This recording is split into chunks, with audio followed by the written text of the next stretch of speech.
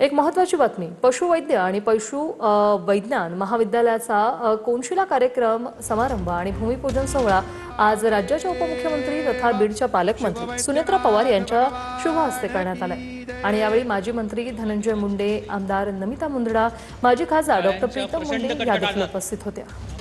बारामतीमधल्या पशुवैद्यकीय महाविद्यालयाला अजितदादांचं आणि परळीतल्या पशुवैद्यकीय महाविद्यालयाला गोपीनाथ मुंडेंचं नाव द्या, अशी मागणी धनंजय मुंडेंनी केली। जड अंतकरणाने माझी मागणी आहे शासनाला की बारामतीच्या त्या पशुवैद्यकीय महाविद्यालयाला आपण स्वर्गीय दादांचं नाव द्यावं आणि या परळी वैद्यनाथाच्या नगरीतल्या पशुवैद्यकीय दवाखान्याला स्वर्गीय मुंडे साहेबांचं नाव द्यावं।